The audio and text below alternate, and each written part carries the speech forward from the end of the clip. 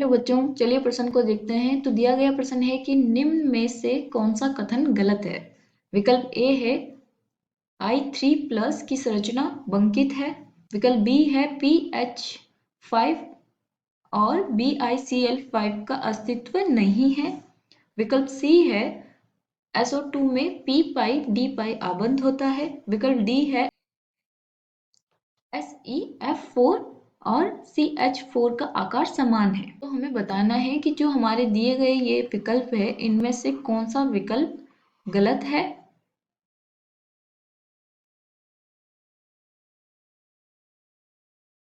तो सबसे पहले हम क्या लिखेंगे, मुख्य अवधारणा। मुख्य अवधारणा, इसमें देखिए हमें क्या है, एक संरचना भी है और हमें एक बार अस्तित्व भी बताना है। उसके बीच में बॉन्डिंग कैसी है वो भी बताना है, आकार कैसा है वो भी बताना है। तो अगर हम मुख्य अवधारणा में सामान्य रूप से लिखें तो क्या लिख सकते हैं, पी ब्लॉक के यौगिकों के गुण या विशेषता लिख सकते हैं। तो ये हो गया हमारी मुख्य उदाहरण, क्योंकि हमें संरचना भी बतानी है, पी PH5 के अस्तित्व है या नहीं है ये भी बताना है, और उसका क्या रीजन है ये भी बताना है। तो चलिए हम देखते हैं। तो सबसे पहले ए वाला विकल्प क्या है, I3+ की संरचना। तो इसमें आयोडीन होगा, उसमें क्या होगी, 7 इलेक्ट्रॉन होते हैं। ये हो गए 7 इलेक्ट्रॉन। तो इसमें ये वाले इलेक्ट्रॉन एक आई के साथ बंध बना लेगा। फिर ये जो 2 इलेक्ट्रॉन है, ये अपने दोनों इलेक्ट्रॉन एक दूसरे आई को यहाँ दे देगा, और इस पे क्या आ जाएगा, प्लस आवेश। क्योंकि इसके दोनों इलेक्ट्रॉन इसने दिए हैं, इस आई ने अपना इलेक्ट्रॉन शेयर नहीं किया है। तो अब इसने पूछा है कि इसकी संरचना बंकित होगी या नहीं। तो इसके लिए संकरण क्या है, पहले तो संकरण क्या हो जाएगा, 2 लोन पेयर है और 2 बॉन्ड है। तो क्या हो जाएगा, sp3। sp3 क्या होता है, चतुष्फलकीय। अब चतुष्फलकीय में अगर 2 लोन पेयर है तो उसकी आकृति क्या हो जाती है, वी शेप या बंकित। तो अगर इसकी ज्यामिति पूछें तो वो क्या होगी, होनी चाहिए थी चतुष्फलकीय, और आकृति होगी क्या, वो होगी वी शेप या बंकित।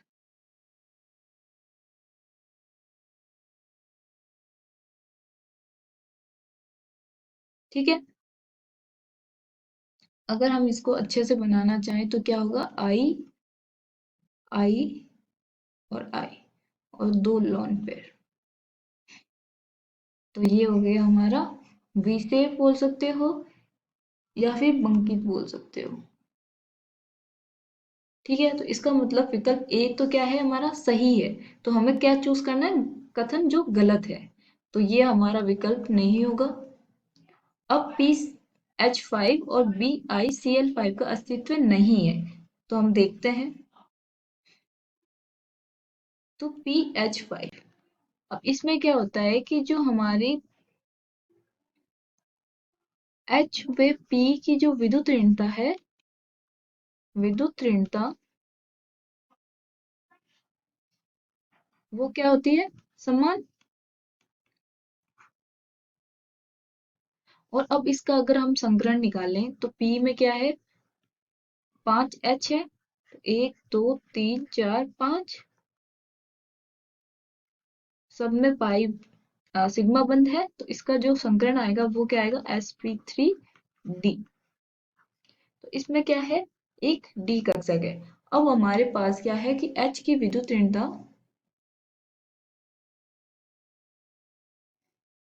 तो इसका संकरण क्या है, sp3d। तो इसमें जो हमारा हाइड्रोजन है वो p के d कक्षक को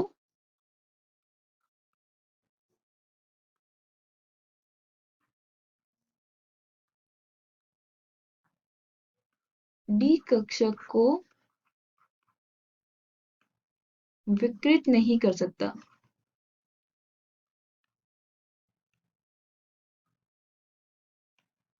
इसके कारण क्या होगा कि PH5 संभव नहीं है। अब आता है BiCl5। तो जो हमारा Bi है ये हमारे क्या है, 15वें वर्ग के सबसे नीचे आती है। तो Bi को क्या होता है कि ऊपर से नीचे जाने पे 15वें में जो हमारा विस्मित आता है वो क्या होता है, इसकी जो +3 की है Bi+5 से ये अधिक स्थायी होता है, अधिक स्थायी होता है।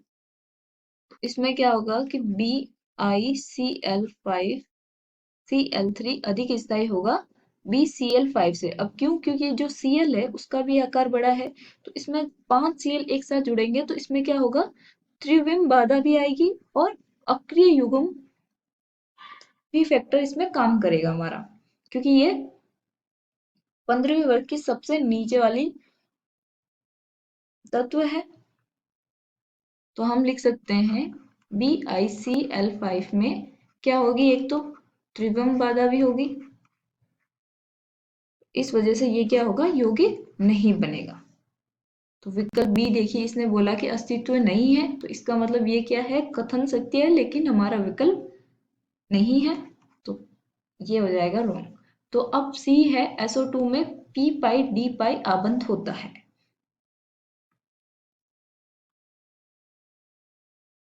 SO2 SO2 की संरचना क्या होती है,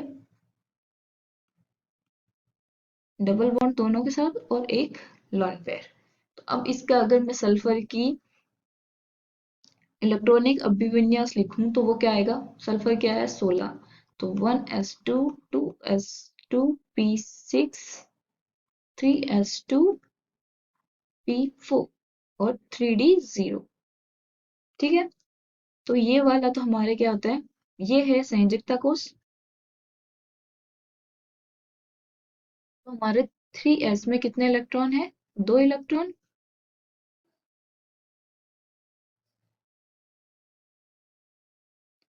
3s में कितने इलेक्ट्रॉन है, 2 इलेक्ट्रॉन।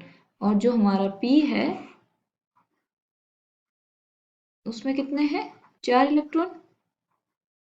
और d है हमारा यहाँ पे रिक्त।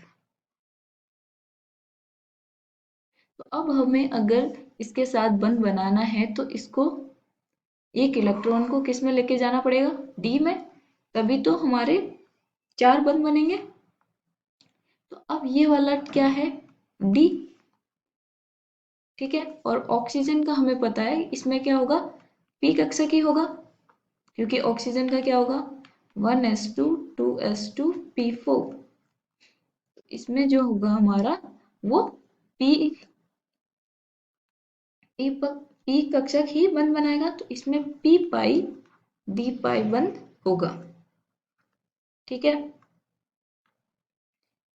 तो ये वाला भी कथन सत्य है लेकिन हमारा विकल्प सत्य नहीं, सही नहीं है, तो ये गलत हो जाएगा। तो अब हमें दिया गया SCF4 और CH4 का आकार समान है। तो चलिए हम देखते हैं।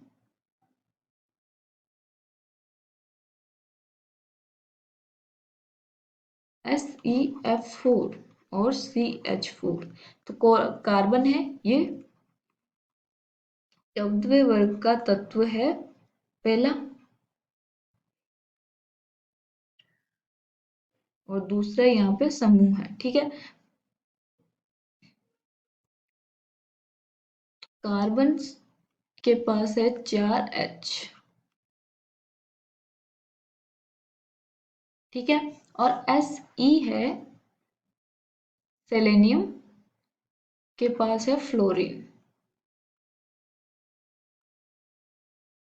तो अब हमें पता है कि जो कार्बन है उसकी भी साइज छोटी है Sc से, क्योंकि ये हमारा किस में आता है, 16वें वर्ग में, ऑक्सीजन सल्फर सेलेनियम। तो ये वाला है, तो इसका मतलब क्या, ऊपर से नीचे जाने पे क्या होता है, आकार बढ़ता है। और तो तो कार्बन तो हमारे ऑक्सीजन वाले आवर्त में आ जाता है, तो इस वजह से क्या होगा, इसका तो आकार छोटा होगा ही, और फ्लोरीन का भी आकार H से बड़ा होता है। तो कुल मिला के इसका जो आकार होगा यौगिक का, वो क्या होगा, बड़ा होगा CH4 की तुलना में। और इन्होंने क्या बोला है कि आकार समान होता है, तो इसका मतलब ये कथन क्या है, गलत है।